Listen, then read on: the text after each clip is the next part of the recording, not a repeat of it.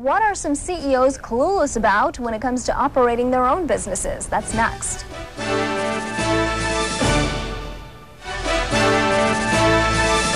Are American CEOs clueless? One management consultant says few CEOs really understand what makes their company different. Earlier, we spoke with Jaynie Smith, CEO of Smart Advantage, Inc.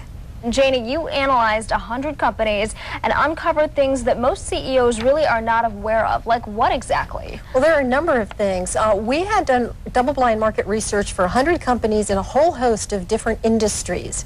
When we go back into the company, we ask the executive team, CEO included, please guess the top 3 things that your customer values most when they buy your services. And to date, been doing this for years, 95% get it wrong. That's pretty frightening. That means that these companies are selling, ABC. You should buy from us because of ABC. But the research shows their customers are looking for DEF. So they're out of touch with what their customers want. Right. They're not in alignment at all. And so if they were in an alignment, their sales would be much better. Well, our clients who get this in alignment have increased close rates 20, 30, 40%. It's staggering. And it makes sense. I mean, most of us, we're customers. When we go out there, if we don't get what we want, we don't go back. But if we're getting what we want, there we are. The other thing is not only are they not in agreement with their customers, but they're not in agreement with each other. The whole executive team has different answers about what they think their customers value.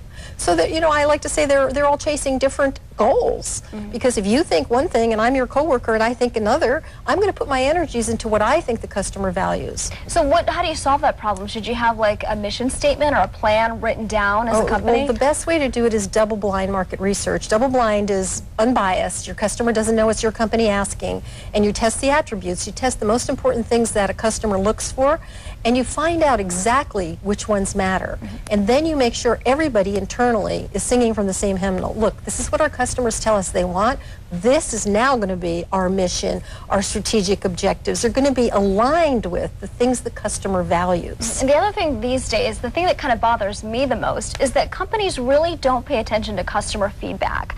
When you have a bad experience somewhere, like a grocery store where you buy food, for example, and this is getting personal, and you write them an email, they don't even respond to you. I know, isn't that tragic? It's gotten to the point where we've all stopped complaining because we know it falls on deaf ears. And those complaints, and there are a few companies, but some companies are very good about listening, but very few do. And the companies that do not only listen when the complaints come in unsolicited, but go out and solicit that information from clients. What do you really care about, and how can we deliver that better? I always remember David Neilman, the CEO, founder of JetBlue. He told me the most wonderful thing when I interviewed him for my book. My book, Creating Competitive Advantage, has a whole chapter devoted to what we're talking about.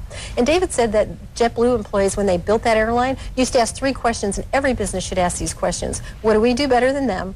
What do they do better than us? And how can we do that better than them? You're only going to get that feedback from talking to your customers. And so how should companies be responding to these complaints? Like, do they respond individually or not? What should they be saying to their customers? Well, if they're getting a lot of complaints or feedback, whether it's complaints or compliments, they should be logging it, and they should be putting them into categories. Like, look at this, 50% of them had to do with our response time, or 20% had to do with our customer service people aren't personable enough or informed enough. They need to find out the categories in which they're coming in so that they can operationally fix them. But most of the time, they'll have a customer service department shoot off a letter, sorry, here's a check for $5 or something, and they think it goes away. But and good companies do that. I'm not indicting all of them, but there's a lot of companies who have a lot of room for improvement there, because you've got to sell value, especially in a recession. If you're not selling value, you're stuck with selling price, and if you sell price, you will leapfrog your competition to the bottom of the margin ladder, and you won't be around.